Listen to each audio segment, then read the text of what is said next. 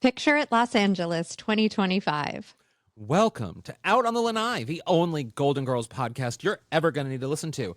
I am HAlanScott / Sadie Pines. I'm Kerri Doherty, and today we are bringing you another Golden Rewind, where we go back and rewatch our favorite episodes of the Golden Girls and offer new insights since we first started breaking down these episodes way back in 2014. And it's time to put on a happy face because Nurse is on her way over to care for your sprained ankles because we just rewatched season 7, episode 3, Beauty and the Beast. Does it get better? I mean, okay. First off. Well, you're coming in hot. I love it.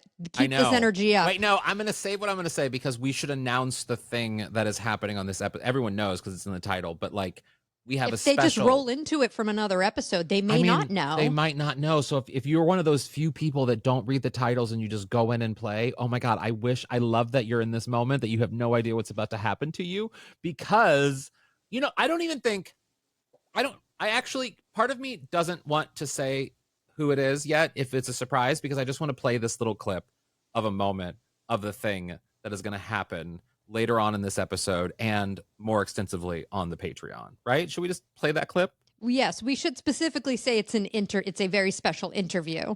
Yeah, it's an interview with someone who you'll know. Well, I'm going to play this clip. Just play it. Okay. Yeah, we're going to play.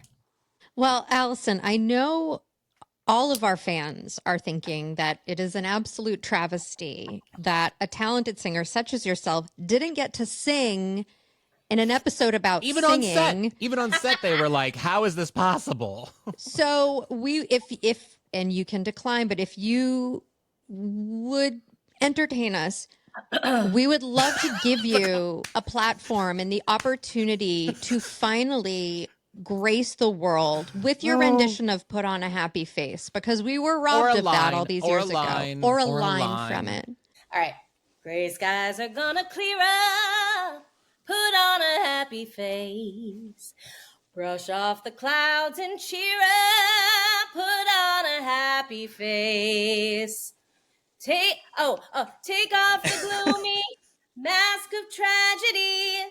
That's not right. It's not your style. Oh my God, yes, with the boa. I don't know the song. You're crushing it. No, this is perfect. No, that's perfect, Alisan. That was amazing. All over the place and put on a happy face. Yes. I mean, I kind of want to say that we made Golden Girls history just now. I mean, well, on the in the Golden Girls podcast space, we certainly did because now Alisan it's Alisan, guys. It's Alisan Porter. May-lissa. Yes, give her the credit. May-lissa, Curly Sue. I mean, we're talking like this woman has done so many amazing things, and she has previously spoken about her time on the Golden Girls on social media, which is where her and I connected, but also in I think to the Today Show a long time ago. Like she's spoken about it before, but in the podcast space, a Golden Girls podcast space. I mean, and we're the only one you need to listen to. No, I'm joking.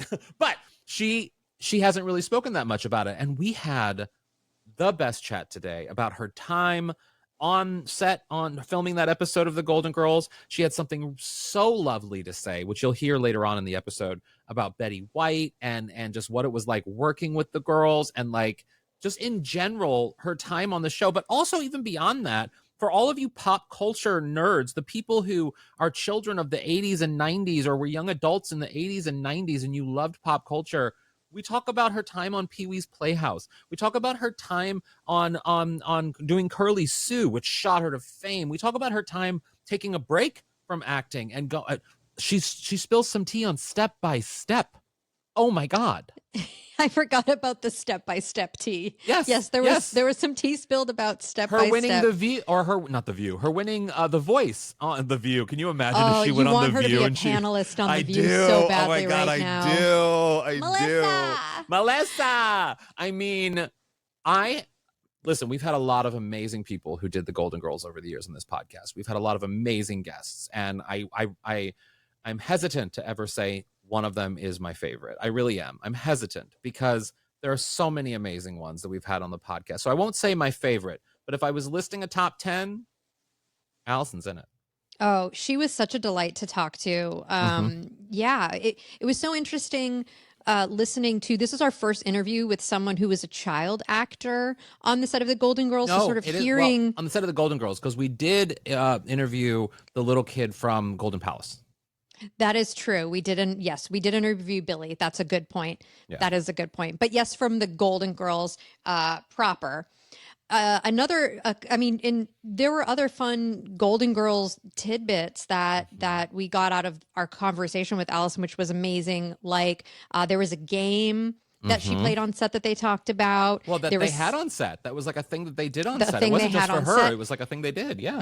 That they included her in. There was something really adorable that Rue said to her during the put on a happy face scene. And she talked about the fellow child actor who was also a Golden Girls guest star that she's friends with. So these are all things that you'll hear part of the interview in today's episode, but the remainder will be over on the Patreon. Yeah, and especially if you want to hear more about like Curly Sooty, the voice, like all those things, like she's talking about all that over on the Patreon. In addition to more about the Golden Girls. But she also talks about, I don't know if this is in this episode or the Patreon, can't keep track. It's just do the things. But she talks about a Golden Girls guest star that she didn't know was a Golden Girls guest star that she's friends with as well. So like they're literally, this woman has lived a wonderful Hollywood life and has come out on the other end as just like, which is rare for some kid actors, which is just a good person, a good mom. Her and I were just texting about her, like, a Disneyland trip or whatever, because I'm a season pass holder clearly, so like that needs to be planned. Like, it's just, she's just a good person, and it makes me feel happy that, like, I've always said, like, the people in the Golden Girls community, the people who listen to this podcast, people we've met at Golden Con, at our live shows, etc., everyone is just so goddamn kind. And right now, and this is not political, but like in the world we live in, hearing and connecting with kind people, talking about kind things that we have in common without having to worry about all of the other shit and the mess of the world. And we can just talk about these four women and how much we love them, and meeting people who reaffirm how much and why we love them, who were part of this experience. It's just wonderful. And it makes me really happy, and it makes me grateful to be here. Oh, that's such a sweet sentiment. I'm glad that was your takeaway. I also just had, and I know I say this every time we talk to a Golden Girls guest star or a writer or a producer, which is like, I just had such a lovely time. I had such a great time. She was so wonderful to talk to. It was fun talking about being a mom. It was also really cool. Again, when you listen to the interview, you will see, she is someone who has been on television since she was 5 years old. She is someone who has met some of the biggest icons in TV, in film, in music. And she knew and continues to this day to know that being on an episode of the Golden Girls, the sort of the weight of the legacy, like what that actually means. She totally understood it then. She understands it now. And sounds like is incredibly like grateful for the experience and loved it and does cherish it and is thankful, I think, to be such a big part of such an iconic sitcom. It was so wonderful. So we hope that you enjoy the little bit of the chat that you'll hear in the main episode, and hopefully go check out the Patreon for the full episode. And if there's nothing else that you want to say, I can get into all the other great stuff that's over on Patreon at the GGVIP Club. Yes, please go plug away. Yeah, go make tea, do whatever you need to do. So also over in the GGVIP Club, which you can check out at patreon.com/Golden Girls Podcast. We're doing another live watch along party Saturday, March 29th at 4 p.m. Eastern, 1 p.m. Pacific time. I will be posting on Patreon the episodes that you can vote for, that we will watch. We love these watch along parties. They're so much fun. Everybody goes nuts in the chat. People get to unmute and ask questions afterwards. It really does feel like we're all just hanging out on our couch watching the Golden Girls. We're doing it on Saturday because I would have done it on Sunday, but I'm going to be in very heavy drag that day. So if you want videos, if you want like custom videos or birthday messages, that might be a good idea. You want custom videos or birthday messages? That's a great idea. You can go onto our Patreon and do the things. Go to the and shop page. And I don't know how it works, but like you can do it and then you can just have the video and like send it to the people you want to send it to. And Kerri and I can do it together even maybe. Yes, we can absolutely do it together. I'll be in drag that day. So if you want those things, I'll also be in drag what day? April 7th. So yeah, there are days. Okay, so put those orders in for your birthday messages. I like how I'm telling people, listeners, put this on your calendar. So if you want these things, those are the days to do it. If you want Sadie Pines, this is what you need to do. Also in the GGVIP Club, Rusty Anchor Happy Hour, we're doing another Golden Girls Gone Wild Unhinged episode. I have so much to tell you about. Oh my God, I'm so stuff excited. that happened today. I'm so excited. I have had the craziest day. My child is saying I'm pretty sure she sees ghosts. We'll talk about it on the Rusty Anchor Happy Hour. I need to know if other people also think that she is seeing ghosts. Because I've got receipts and so this is what I'm going to be talking about. I need to know what everybody thinks. That's what I will be talking about. Plus, you and I have another big interview that we did that we're pocketing now with a Golden Girls guest star, which will be released in the next few weeks. So lots of amazing things happening over at the GG VIP Club. Again, you can check it out at patreon.com/Golden Girls Podcast. You can sign up for a free account, but of course you get the most at the $5 and $8 a month tiers, which you can read more about over there. Yes. I'll be dropping next week, I think on the next week's episode, a surprise thing from the people I'm interviewing, the celebrities I'm chatting with on the podcast. Oh, great. And we have another special guest coming who did something that everyone's going to be talking about next month, in which you will be able to buy. There are so many things we have coming so up. many guests coming up. Wow. Oh my God, I forgot. Wow. So lots coming up, guys. So definitely subscribe. You want all the inside tea, go to the Patreon. You can follow us on the socials, do all the things, because a lot of things are happening. We're having a very golden spring. We're having a very golden spring. This is Rites of Spring. Are this we is in Whirly spring? Birds. Is this spring now? I don't know what day it is. Is this spring? I don't know. It was warm today, so I had shorts on. Sure. Let's say it's spring. Let's I say don't it's know. spring. I think it's usually like the 21st. Isn't that the solstice? I did blue nails to get into the spring vibe, letting the royalties of the very color. Good. Yeah. So I'm feeling it. So we should get into this episode because I want people to get to what's going to happen at the end of this episode. Okay. Let's go. Okay. Let's do it. Okay. We'll be right back. Bye. Oh, I forgot to play a clip. We'll do it when we come back. Okay.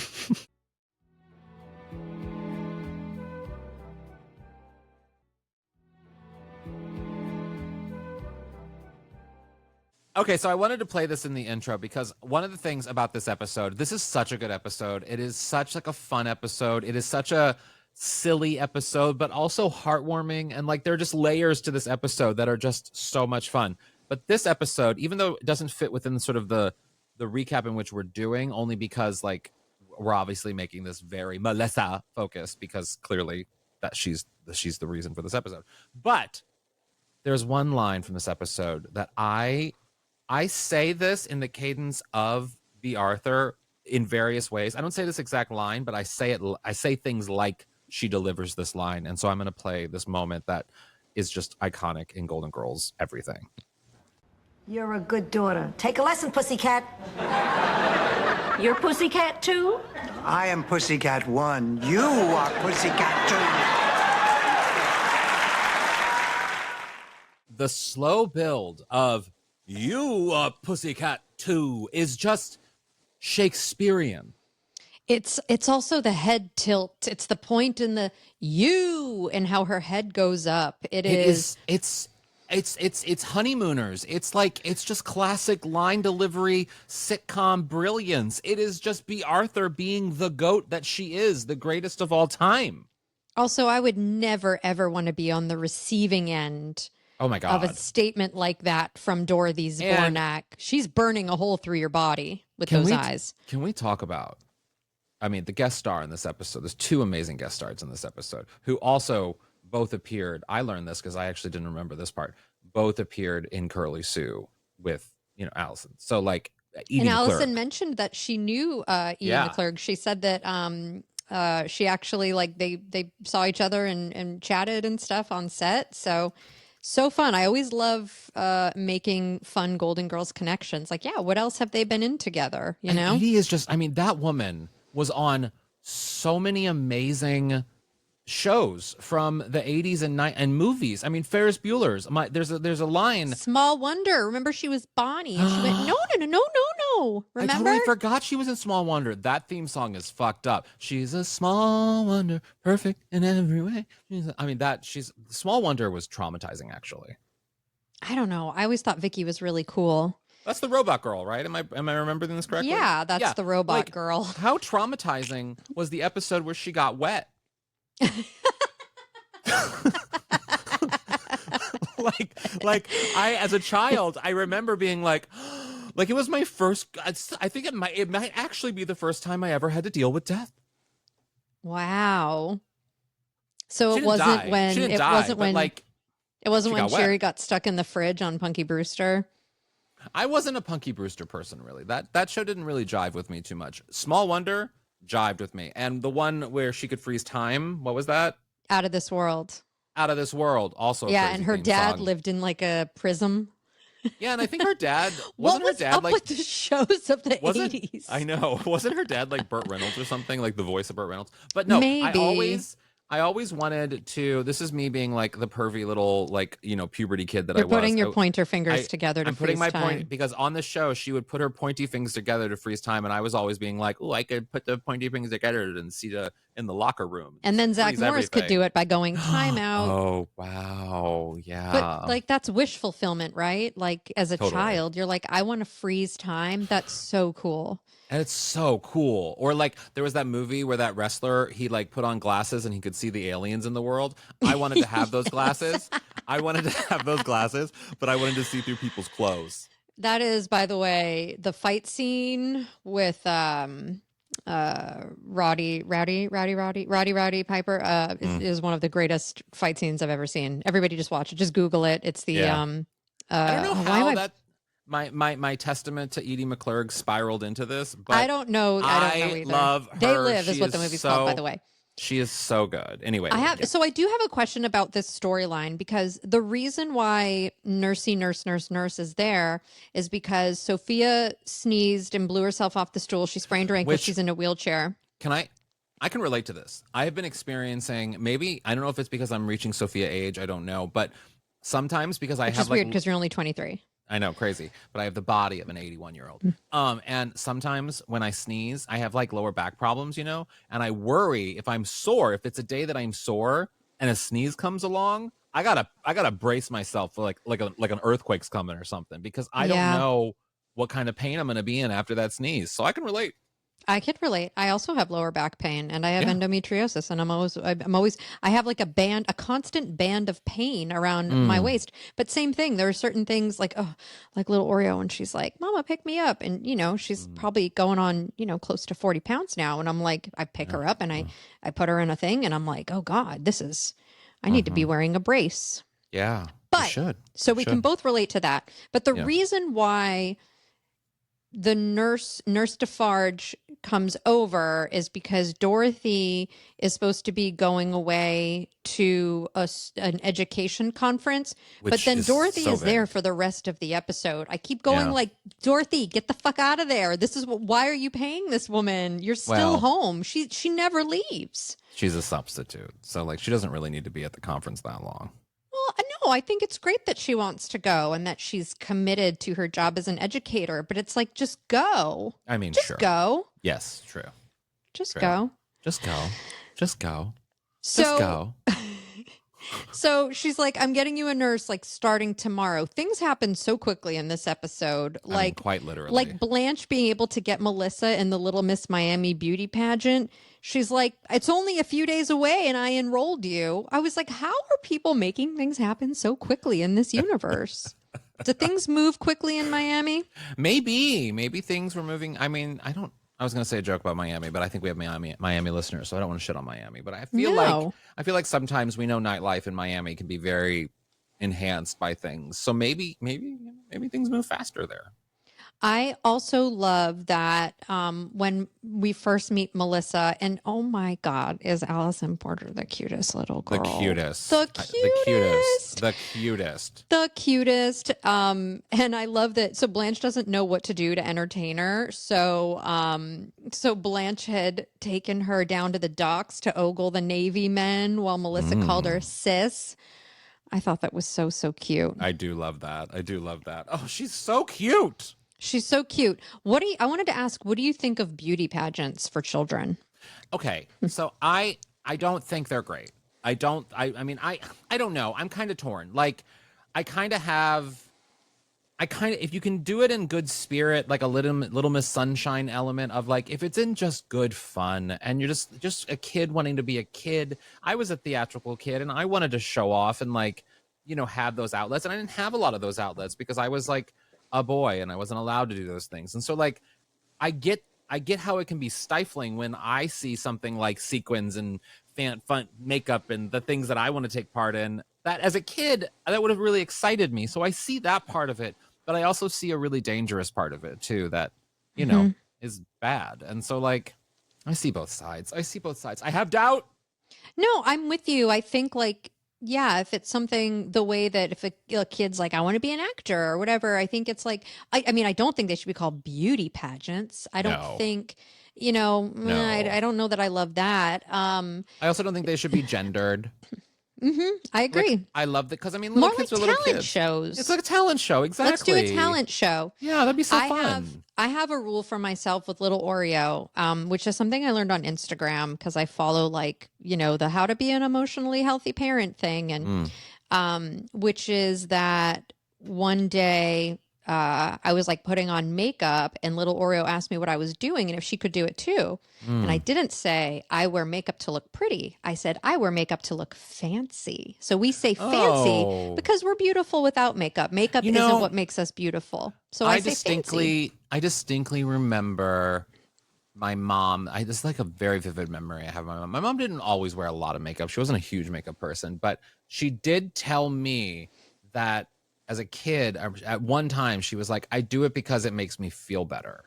And like, that has always stayed with me, that like, and it translates to even when I put on makeup now, which for like a guy sometimes is really difficult because it takes years for you to get over that whole system of like not wearing makeup and it being a girl thing and all the whatever. And then now, even earlier today when I had to go to a meeting and I needed to, and for this stuff too, I needed to put on a little makeup and like, so I can be presentable and feel good about myself. And it always is to feel good about myself and to like feel good about what I'm putting out into the world and the face that I'm putting out into the world. And it's all for me. Sorry for you. Yeah, it should be for you. You benefit from the beauty, but I mostly benefit from the beauty. Yeah, it's only for yourself. Yeah. Okay. That felt like a nice little PSA. It did. Also in the scene, we learned that Rose lost the Little Miss St. Olaf pageant 23 years in a row. Like this and Butter Queen. Mice. Oh, her talent was smelling rats. What does that even look like? I mean, I don't know. What does that look like? I don't know. Is she smelling rats to tell like the different types of rats? Is she trying to locate them like a search dog? Yeah, I don't know, but it's weird. Smelling rats. I love that they leave these things open for us to discuss. This episode was bonkers, but also brilliant. There are so many moments like that where they just let the weirdness persist. Yeah. So, so we learned Rose lost Little Miss St. Olaf. Dorothy lost like Little Miss Brooklyn with Sophia being a judge. And I feel so bad that poor little 7-year-old May-lissa has to witness these devastating accounts of loss and trauma from two grown women before going off with Blanche to practice a number that she has to perfect in 2 days. This poor kid. I was upset. We're not there yet, but there's an outfit that May-lissa wears in this episode that I told Michael, I was like, come out of the room, look at this dress, because I want a version of it. Look at this dress. Isn't it neat? Neat. I'm just going to do all the Disneys today. Yeah. Another thing I realized, so May-lissa is Janet and Michael's daughter, which means her big brother is David from On Golden Girls, when funnily enough, in real life, the actor who played David is actually the brother of the actor who played Dorothy's son, Michael. Oh, I didn't know that. Oh, wow. Okay. Well, there we go. Yeah. So Hot anyway, family. Hot yeah, family. just I mean, good for them. Ooh. yes, I also thought Melissa's outfits were adorable. Her hair was to die for. Those bangs Everything. That were just everything. that And girl. No I wonder she also- became famous. I also love that, you know, throughout the episode, her outfits are getting more pageanty, the dresses, the outfits, the costumes. And then by the end, she actually looks like a little kid. She's in like PJs and sweatpants. Yeah. When she's being a little kid sitting on the bed with Rose, I just thought that was a really nice There's one Judy outfit. Evans, just that little evolution of her wardrobe. We're not quite there in the episode, but I just have to talk about it now. There's one outfit that she wears, which is the one I want, where it's the next day at the breakfast table or at the kitchen table when the girls are trying to be like, Blanche, do you think you're maybe working her too hard? And then the girls, she confesses she just wants to go home. But she's wearing this pink dress that I need. I need it. You don't understand how much I need this dress. You should have Michael make you one. I had a dress like that. I think I wore it to the father-daughter dance in Do you have a second picture? grade. I'll find it. I have a picture somewhere, but there was something so 80s about, or maybe late 80s, early 90s, about that sort of black with the shiny pink and black polka dots and like black ribbons. But I had a dress that was very similar to that. As soon as I saw it, I was like, I know that dress. I have that dress. I love that. Oh. The other thing about, as the days go on, and again, Dorothy's not going to the education conference. No. But that it's like clear that Melissa is tired from rehearsing all day. She doesn't want to do wants. She doesn't want to do be kid doing. stuff. She just wants to. Well, she just wants to spin. Because I feel like she genuinely, and we learned this at the end of the episode, obviously, but she genuinely likes her grandma, and she loves her grandma, and she doesn't care that her grandma is flirty and is not your normal grandma and isn't like every other grandma. Like, she's okay with that. She just wants to spend time with her, but like not in a way that is like work. Yeah. And I think for Blanche, I think Blanche because Blanche isn't really paying attention to Melissa's like obvious kind of discomfort and just like the fact that she's not having fun. Because I think for Blanche, Melissa is an extension of herself. Yes. So if Melissa is a winner in categories of beauty and talent, well, then that means Blanche Devereaux is a winner of beauty and talent. Yeah. And so I think that's why she's pushing her so much, not really realizing it. Because even later Rose is like, she's not having fun, and Blanche is like, of course she is. Yeah, she's in another world. I mean, she's lost. She gets blinded by vanity, even her own vanity, which is largely what this is. Exactly. Yeah. Well, I don't know if we ended up pulling this clip, but I did want to talk about Nurse DeFarge's. I keep wanting to calling her DeFarge, right? Because that was the band. And then the rhythm of the night. That was DeFarge. They were on Punky DeFarge? Brewster. I I think it was DeFarge. I don't know that band. So Nurse, not DeFarge. We do have her entrance, and the quote from Ferris Bueller that Michael always says from Edie McClurg is from Ferris Bueller when Jennifer Grey leaves the office and she goes, "What a little asshole." And it's like, so Michael just says that apropos. Just says that all the time. And it's wonderful. But we do have her entrance. I did want to play her entrance because it's just very funny. Yeah. Ah, Nurse DeFarge, right on time. Of course I'm right on time. I'm always on time. You know what happens when a nurse is late? People die. Well, then, let's get the party started. She is such a good actress. That woman, of character actor, she is like, she defines so much of the 80s. I mean, if you see her in Elvira, Mistress of the Night, she's incredible. She is such a good actress. I can tell that you meant that because you got really close to the microphone to really emphasize that point. I have to. No, I mean, not in a bad way, in a great way. I love her. I love how, and it's so funny. I was looking at this being like, I think I have her hair because I think I have her wig back here. Yeah. I love that. You have her wig. Yeah. It was the Edie wig. Yeah.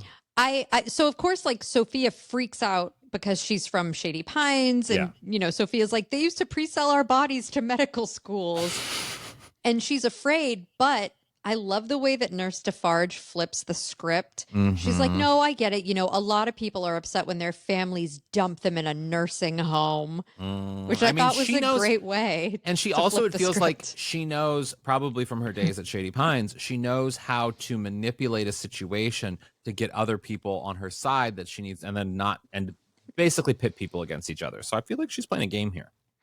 I'm going to ask you to use your imagination again, just like I did with the smelling of the rats.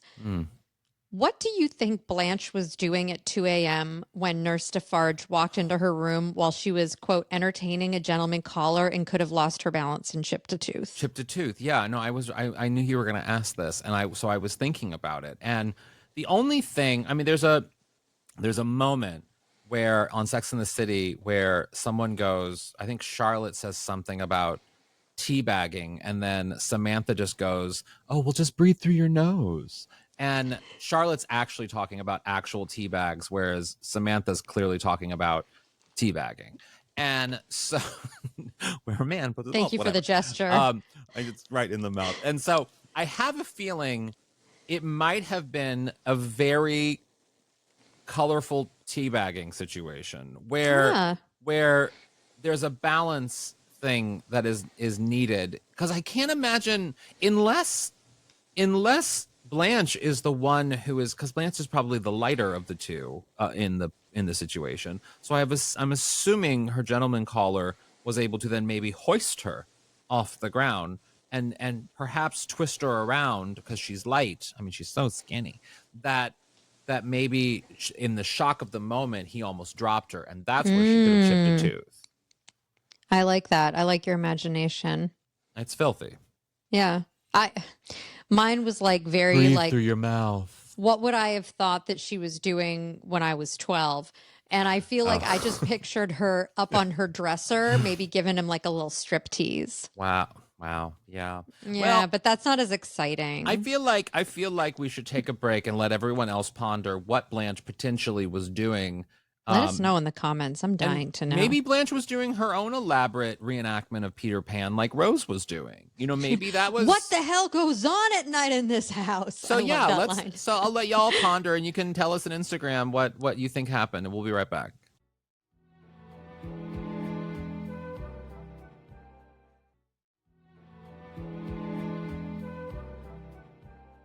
So I want to jump right into the pageant. Please.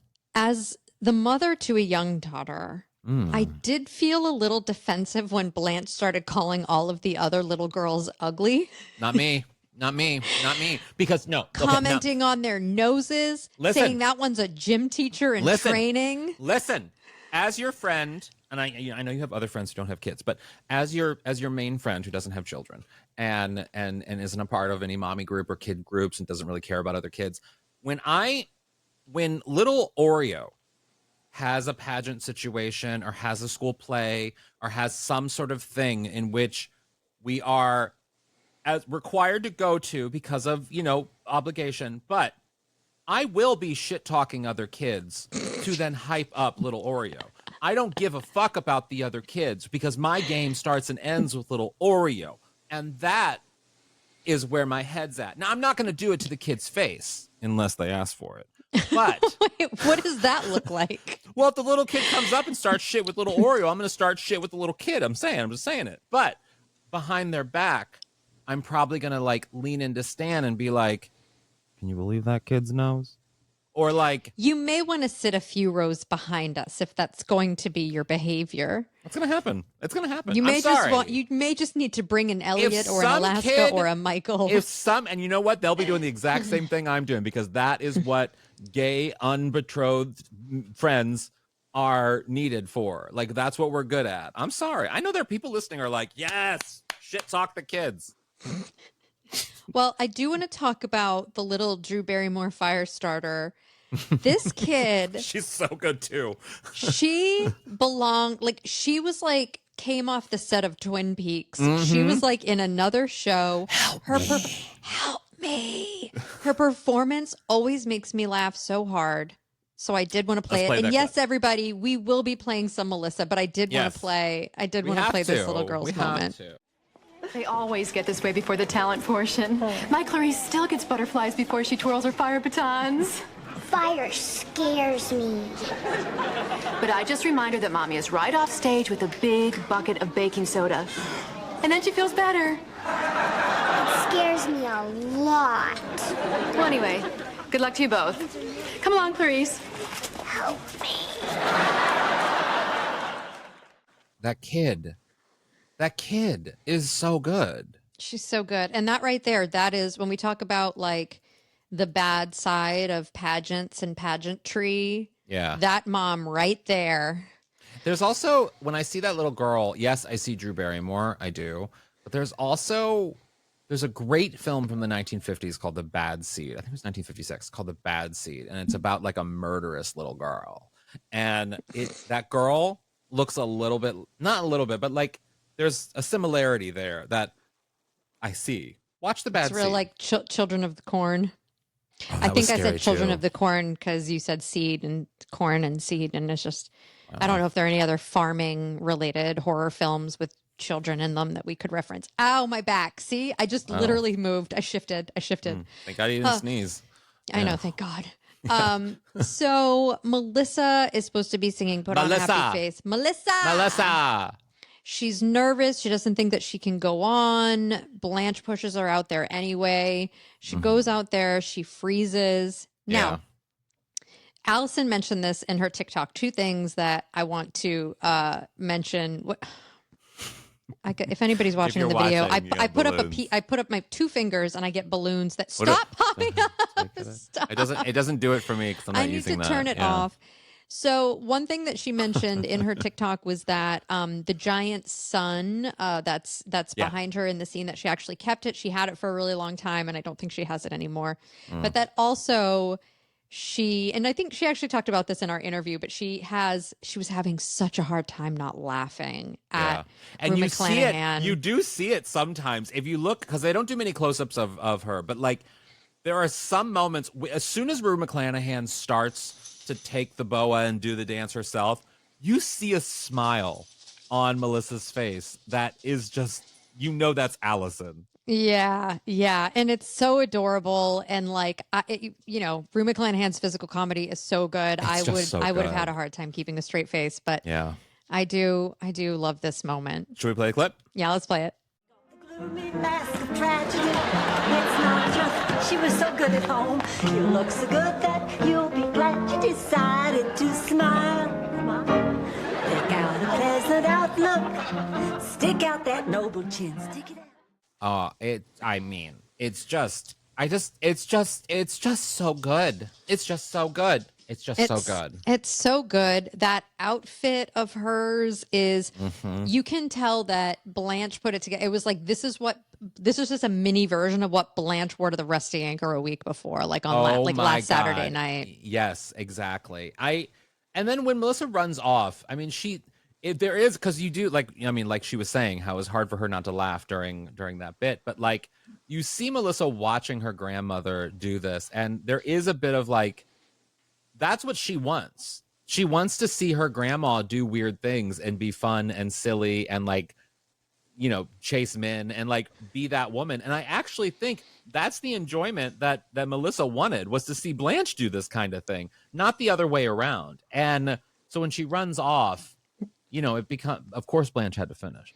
But I know. It's like she doesn't even see her granddaughter run off stage. She's like, "Give me that, I'll do it." I love it so much. Oh, but then of course, go ahead. Oh, I was gonna say, I bet if Blanche had taken Melissa to the Rusty Anchor, like, I actually agree with you. I think Melissa would have had a blast sitting up in the bar, eating the maraschino cherries and the popcorn and the peanuts. Yeah, watching Blanche. Give me a Shirley Temple on the rocks. Yeah. That kind of thing. I do think she would have enjoyed it. She would have had a great time. But this next scene, we only have a small clip of the intro to this, but I do love it so much because from what Alisan has told us about Betty White on set, and because we asked her, because I mean, one of the things, and you'll hear in the chat with her in just a little bit, like, one of the things we know about Rue McClanahan from past interviews with guest stars is that she did love to work one-on-one with the talent that she was going to be doing scenes with, because she felt she like what Lex was saying. She's like acting with a capital A. Like she's sort of she has that mentality, and she really wants to work with actors to get to the heart of the scene and to work with them. And so I assumed she probably did that with Alisan, but because she was a little girl, probably not. And what Alisan tells us is that she actually remembers being closer with Betty White during it. And so you see in these scenes where, and there aren't many scenes between Alisan and Betty White, but there's a really great one towards the end of the episode where she's reading a book with the joke reveal of this is so funny, and Alisan nailed the timing of it. Should we play it? So let's play it. May-lissa, may I speak with you, please? Could you wait a moment? Someone's having a story read to her. I'm sorry. Go ahead. And the prince took the princess to the castle, and they lived happily ever after. The end. They didn't get married? That's implied. That's implied. I mean, it so doesn't give. good. She's just so good. That whole scene is so great. And we talked a little bit with Alisan about this, that, the thing with Blanche is that, her granddaughter is at the age of 7 is a more emotionally mature human being. Yeah. And, Very Gilmore Girls. Is that the dynamic with the two? Yeah. I mean, the joke is like the mom's the daughter and the daughter's the mom. Oh, so it's like, no, okay, no, that's something different. But, one thing that Blanche does say to May-lissa, and this really also does kind of go to the history of the show, and I'm glad that they kind of kept this as like for continuity and as a runner. Like, Blanche tells May-lissa, she's like, you remind me so much of Janet when she was that age. She's like, Janet would always get so mad at me. When she got older, we'd fight all the time until one day they just stopped talking altogether. And she's like, and I don't want that to happen with us. And I'm proud of Blanche in this moment for recognizing it. Well, you see there's a lot of pain there. There's a lot of guilt there about the way she was as a mother. And she didn't know how to be the mother that she probably wanted to be. And she probably feels a lot of shame over that, which I think is something that a lot of parents can relate to. Yeah. And we also know that, she has this history with Janet from way back in season 1 when May-lissa's brother David was coming to visit. And we learned that the two of them don't really have a great relationship. So even though it seems like things with Janet are always going to be a little rocky, I do like that she took the step to, to apologize to May-lissa and say, like, I don't want that to happen with us. End the cycle. Yeah, she is. We're breaking generational trauma here, you guys. Yeah, I love it. And then, of course, I mean, we get at the end of the episode, I think it's right after this, that we learn that Sophia doesn't need the nurse anymore. And no, she's making you're right. She's making the biggest mistake that someone in a sitcom can do when they're faking an injury, which is get up and move around with hubris. But just also, like Stan did when he had heart surgery. But the fact that she gets up and does a little dance, Daisy. I mean, it is very sweet, and also something that feels like an 80-something-year-old woman. That's the way she would dance, like very gingerly and delicately, because she did sprain her ankles. It's how I dance. That's how you dance? No, you don't. Yeah, I dance like that pretty much. You do? I mean, kind of, yeah. Go ahead, show me. No. I do love that this is where we get Doherty calling Sophia a deceitful little Sicilian gecko. That's one of my favorite. What a line. What a line. Oh my God. So also, good. Dorothy, why haven't you gone to the education conference yet? When are you going to go? So Nurse DeFarge leaves, and I love, she says, as long as there is pain and suffering in this world, I'll be okay. Yeah, I know. She's so like, I mean, she's just so perfect as an actor. I love her so much. And I also, this final moment between Dorothy and Sophia, again, it really just underscores the brilliant dynamic between these two women on the show. because, Dorothy could have just been like, Ma, what the hell? Why were you faking it? She could have been like, get over it. But they have this really sweet moment where Sophia's like, she pampered me. She made me feel loved, And Dorothy's like, I don't pamper you because I want you to do things for yourself. I want to keep you active to keep your brain active so that you don't get old and feeble. Which is, and I love that. Yeah. I love that. It's so sweet. It is really sweet. Oh, I love them. I love them. This episode. It's such a good episode. It's such a good, tight episode, especially for a season 7 episode. It is just so tight, So good. Oh, okay. We've been prepping this forever. Should we get to this incredible chat with Alisan? May-lissa, yes. Everybody enjoy this little portion of our chat with the lovely, the wonderful, the wildly talented Alisan Porter. And like we said earlier, if you want the full conversation, which it's awesome, highly recommend, head on over to patreon.com/Golden Girls Podcast. Yeah. And you can check it out over there at the $8 a month. Yeah, even if you just Miami want it, program director tier. even if you just want it for the month, if you haven't subscribed at the $8 and you want to just watch all of our full chats of all of our people who've been on Golden Girls, you can our just Rusty do Angel that. happy hours, our live watch alongs, Exactly. you get access to everything. And you can just do it for the month and then switch to the 5 or cancel or whatever you want to do. So you have options. We want to give you all of the options, but here is a good half of our chat is what you're about to listen to, which I'm really excited about. So, and then we will come back with our golden takeaways after our chat with Alisan Porter. Please enjoy. Oh my God, May-lissa!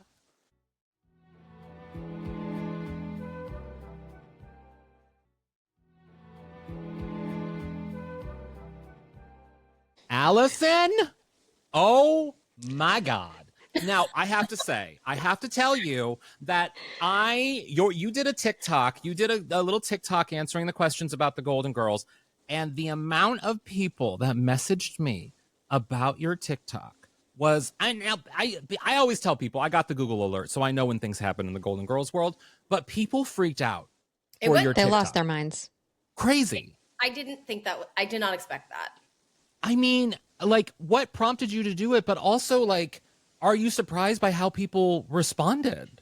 No, because I know that that's a moment that out of my career, it's talked about, certain groups of people really love this show. Yeah. And they are always I saw your episode, or, I do get a lot of traction when my episode airs, but no, so I had gone on earlier in the week and sort of talked about Curly Sue a little bit. Mm-hmm. And whenever I do that, people, are interested in my stories about my career when I was young. But I was talking about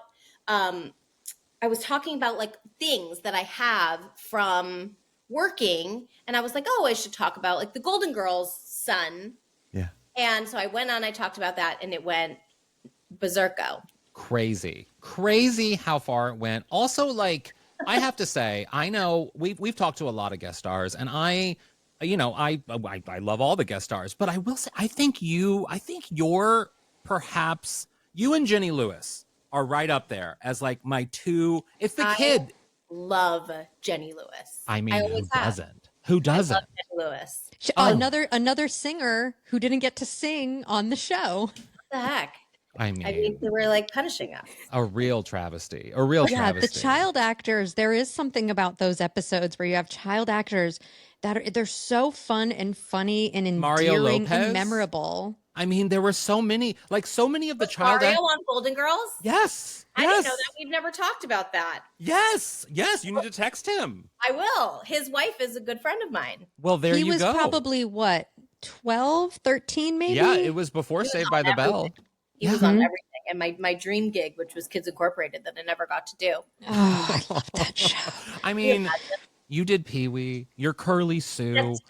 You're fine, girl. You got a legacy. I know, and we are going to talk about the Golden Girls, but I remember because we're the same age. I saw Curly Sue in the theater, and I remember while I was watching it, and afterwards, I was like, "This is someone." Because I just, when you're that age, you're like, "Oh, the person I'm seeing in the movie, the motion picture, that's who they are."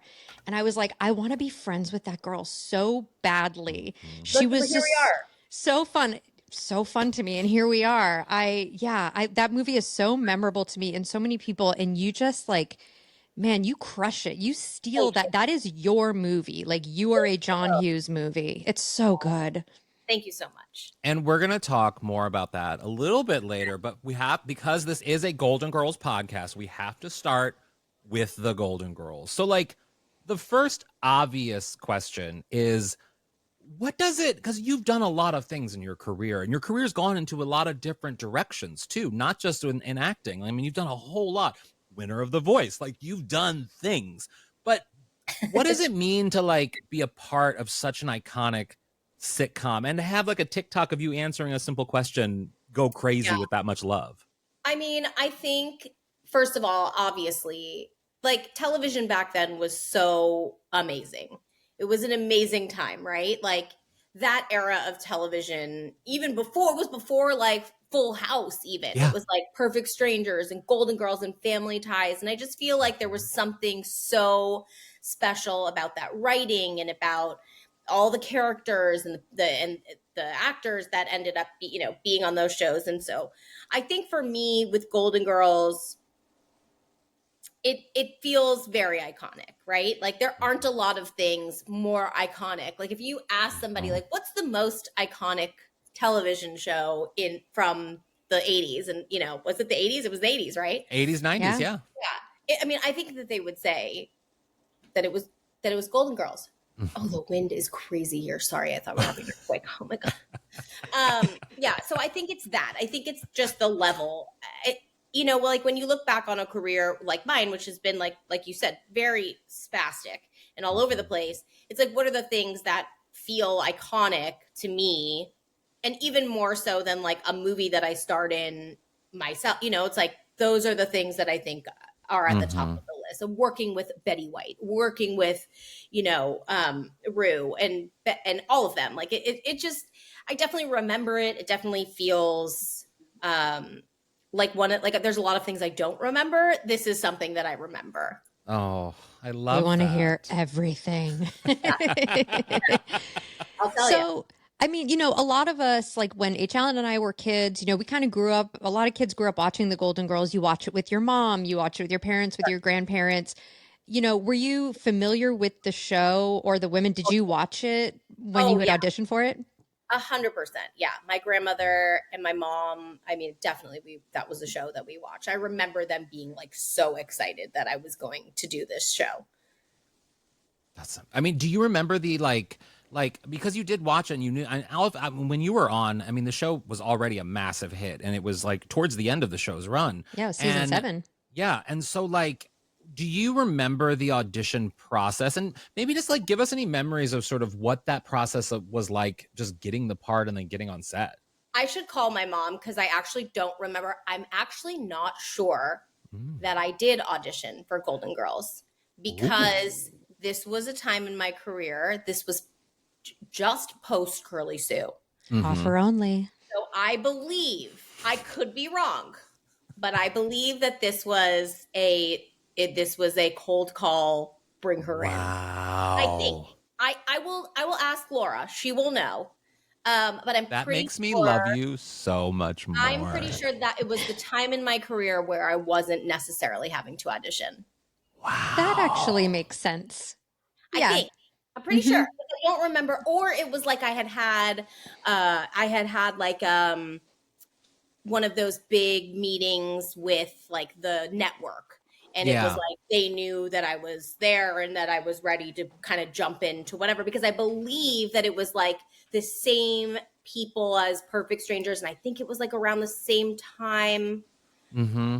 And it was also Disney. I mean, it was Buena Vista, but also like NBC. So, and I have a feeling too, you probably, I know probably some adults were wanting you to probably spin off into a television show or do something after Curly Sue. I was supposed to do Step by Step. Oh. The part Al in Step by Step is Lincoln. Christine. Yeah. So Christine's part, was supposed to be my part, and I was burnt out, and there was a roller coaster scene in the opening of that show, and I am terrified of roller coasters, and I was like, I can't do it. So no. So wait a minute. I ended up not doing they And did you pull out or did they fire you? Because I was like, I can't do that. I'm sorry. I love you but for wait. that. I love you for that, But Allison. I can't do wait. it. No, I think it was kind of like I think we all knew my family dynamic. We all kind of knew that I was like, it was a lot. Like Curly Sue was a lot. And that timing was like, I had done 4 movies, Curly Sue being the last, and then a lot of guest spots and television things. And I think at that moment, my parents were probably burnt out. I was burnt out. And that was like the straw that broke the camel's back was the roller coaster. I was like, can't do it. Sorry. Yeah. Well, it also was the era too of like, I mean, that literally Macaulay Culkin had just become a massive star with Home Alone. Kid actors and kid content. So like you being burnt out is not a surprise in that era. Yeah. Yeah. Like you want to be a kid. I was definitely over it, and I was terrified of roller coasters. I was like, I'm sorry, I can't do the roller coaster. It's so funny to me I love you for that. That's something that you think children would love. Like, oh, for work, I get to go on a roller coaster versus like, oh, I have to memorize lines and hit a mark. And you're like, no, I'm fine with that. I don't want to go on the roller coaster. I was over it. And then I think I did like another pilot after that, 1 or 2 pilots after that, but nothing happened. So it was just and then that I sort of fizzled out and started to do musical theater and move more into that world. See, and then my gay ass would look at that roller coaster and be like, I'm terrified, but if I get to sit next to Suzanne Summers or Patrick Duffy, let's go. Let's go. I know. It's so crazy, too. Like, my life could have been so complete. Like, who knows what would have happened if I had done that show. So. Oh, my God. Well, okay. So, back to Golden Girls. So, we know with Rue McClanahan, you obviously played Rue's granddaughter, and we know from talking with other actresses who guest actresses who worked with Rue, who played Rue's daughters over the years, that she definitely worked one-on-one with her scene partner. She was very close with her scene partner, so much so that the actress who played her daughter in early on in the series, Rue and her like got together the night before so that they could like connect and get to know each other. So Rue was that kind of actor. I want to know, like, did you have any scene work with Rue? Did you have any special time with Rue to get prepared for your scenes? Yeah, I do remember working one-on-one with her, rehearsing with her. My biggest like memory though of that was the scene with Betty White. Because my like heart to heart, warm, fuzzy scene was with her. And so I remember that she was actually, to me, the one that like really took me under her wing. So I had a connection. I had a connection with her for a couple of different reasons. I remember she talked to me about animals, and I love animals. So we had that connection.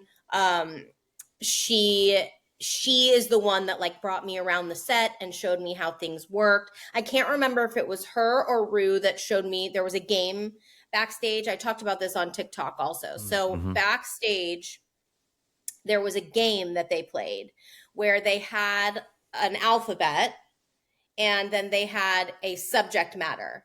So it would be like at the zoo, A through Z. And when you were backstage or you were, rehearsing or you were off, you would run backstage and fill in the blank of the A through Z of the game.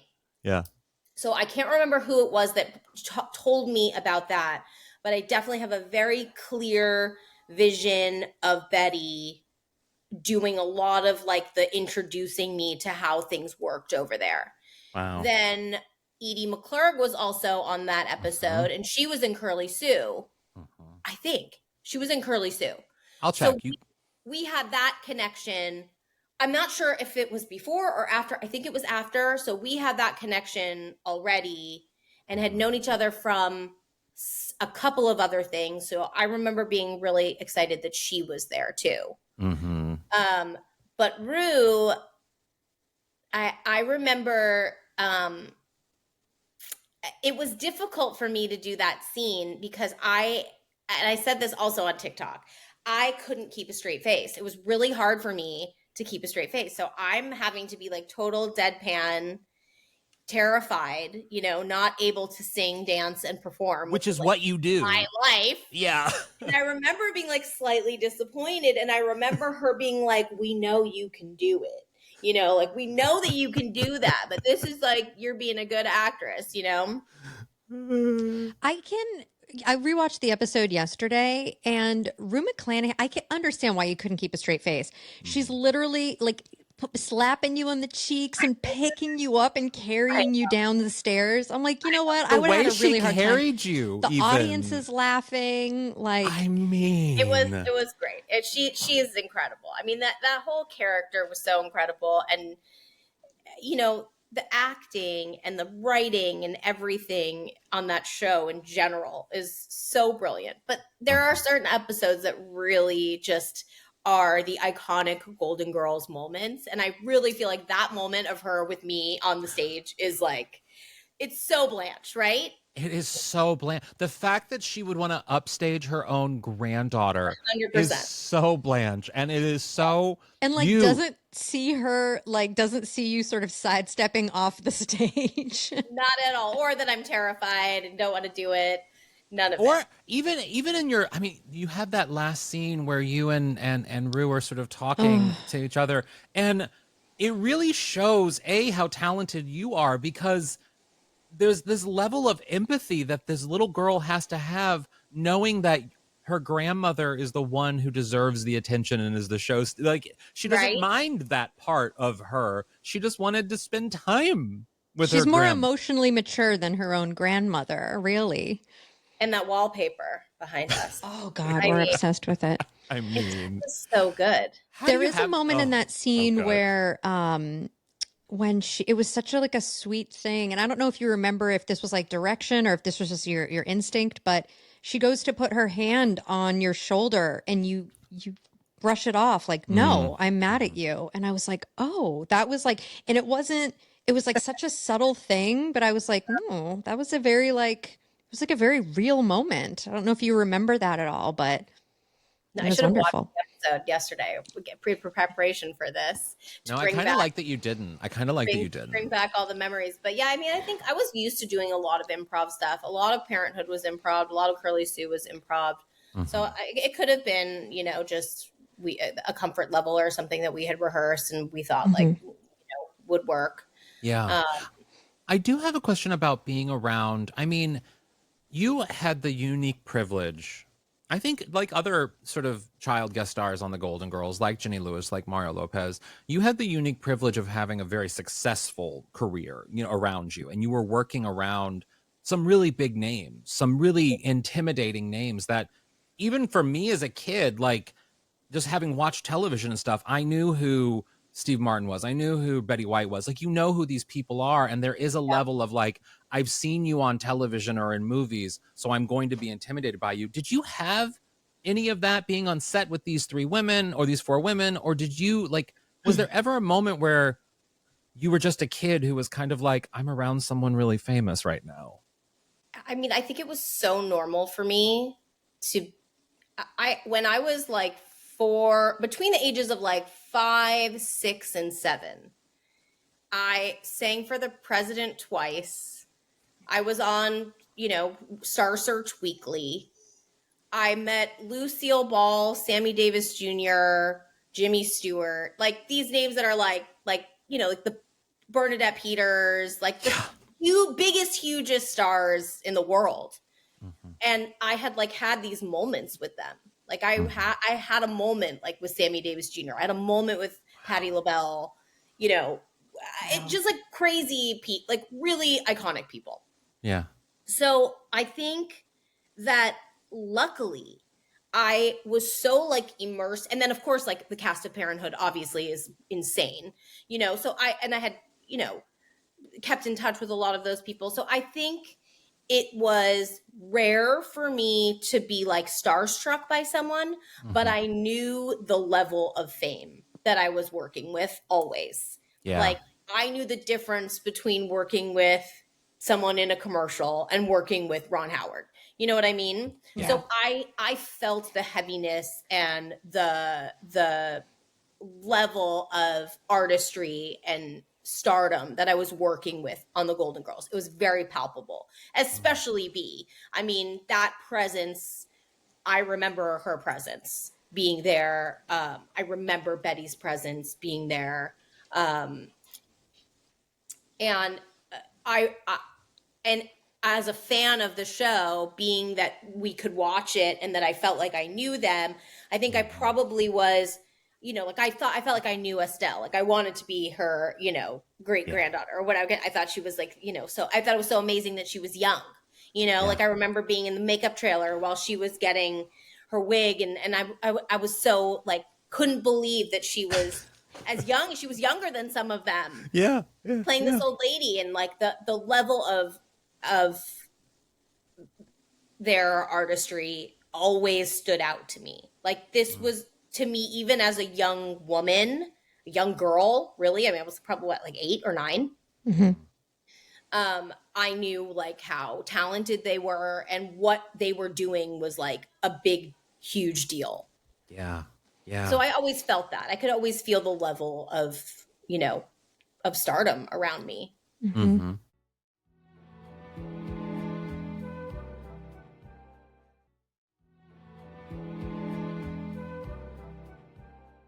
And we are back because we loved that chat. Oh my God, she was so great, wasn't she? She was so lovely. Just the best. The Just best. the best. Just the best. Go follow her on the Instagrams. Go to her live shows. Buy her things, because like she is the real deal. And if you listen to our full chat with her on Patreon, you'll really get a sense of why she is just. I keep calling her badass because she is badass, and I think you should go listen to the full chat and then follow her and support her and everything that she does. But we are going to do our golden takeaways, which is a nugget of truth or inspiration that you can apply to your lives or the lives of our listeners. Kerri, what's your golden takeaway from this episode? I think my golden takeaway is, when you're going to, I don't want to say force a child to do something, but like, don't force a child to do something that they don't want to do if it's not a matter of like their well-being and their safety. Mm-hmm. You know what I mean? It just feels like as easy as that. I just think about, as a child, how many photos there are of me on Easter Sunday standing next to my sister, and we're both wearing Easter bonnets and a dress and a cardigan and tights. And in every single photo, I have tears streaming down my face, and my tights are ripped because I clawed at them because I hated the feeling of wearing tights. And yet I had to wear tights. I had to wear the same outfit every year. I had to wear the costume. And like, it's like, do you really want to look back on that photo and be like, that's a good time? And then I put my child in front of a camera and said, smile. Hey, smile.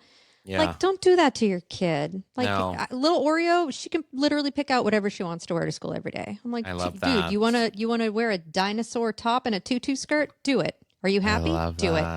I love So that was a little bit more of a rant than a golden takeaway. I'm working through some stuff. What's yours? My golden takeaway is, now we know that during Blanche's performance of during this episode, she had a boa, a feather boa. Now, I don't think, and when Alisan sang the song for us, which you heard at the beginning of the episode, and you can hear it again on the Patreon, I didn't have a feather boa, but I do at all times have some sort of dramatic flair near me. I have, like what I had with that, I had this scarf that is a leopard cheetah print sort of like scarf, just a little scarf, just because you never know when you need, you never know when you need a scarf. Let's just say that. But also, you never know when a moment is going to call for dramatic flair. And when Alisan sang, that moment called for dramatic flair. And so what I'm saying is, at all times, near your person, in your bag, or at your desk, maybe have a little thing, or maybe on your couch, have a little thing. I don't know, wherever you are, have a moment for dramatic flair. That was a very wonderful, organic thing that happened. I hope everybody watches the video version. We'll also post a clip on the socials. Yeah, you can watch it on the YouTube or whatever next week, and then like Patreon, or you can watch it all the places. You'll be able to watch it. You kept talking about dramatic flair, and I feel like I just have to quote something that I feel like maybe half our audience will get, maybe more. You probably know it too, which is, I don't really like talking about my flair.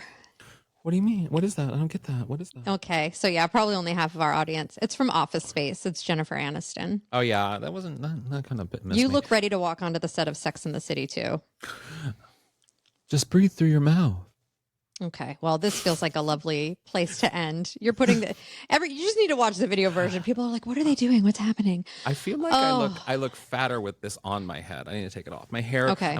I'm getting my hair colored on Friday, so I'm gonna look so much skinnier on this next video. Love it. Yeah. Everyone, this has been another episode of Out on the Lanai. Thank you all so much for listening and being part of our lovely Golden Girls community. Remember, again, you can be part of the GGVIP Club over at patreon.com/Golden Girls Podcast. And we will catch you back here next week for more Golden Girls greatness. And we're also a part of Mom, Moguls of Media. So go subscribe to Mom Plus and support. Go listen to Race Chaser right now because they're doing fun things for this season. And one of my BFFs, Naomi, is doing the recaps with them or like fashion reviews or whatever on the episodes. And it's so much fun. So I highly encourage everyone to go listen to that. I've seen some clips too, and Naomi looks gorgeous. She looks gorgeous. A lot of them are outfits that Michael made. And I want my best friends to thrive and be wonderful. So I want you all to help my best friends thrive because we can all thrive together. Anyway, yes, and you can follow us on social media at the places that you can follow us. No. Golden Girls Pod on Twitter, Out on the Lanai Official on Instagram, Golden Girls Pod on Facebook, and I am HAlanScott /Sadie Pines on everything. And I am Squid Eat Squid on Twitter and Squidsy on Instagram. And if you guys want to do something else lovely for the podcast, you can rate and review us wherever you get this podcast because it really does help other Golden Girls fans discover us. Oh, do you hear that car alarm? No. Oh, I do now. Yes. Beep, beep, beep. What a way to send us off with a little beep, beep of the tom-tom. Oh, isn't that exciting? Okay, well, remember, everyone. As always, stay golden. I'm alive. I'm here. I'm really doing it. Bye. Out on the Lanai is not endorsed by Whit Thomas Harris Productions, Touchstone Television, Disney, or any of its subsidiaries. It is intended for entertainment and informational purposes only. All names, pictures, audio, and video clips of the Golden Girls are registered trademarks and/or copyrights of their respective trademark and/or copyright holders.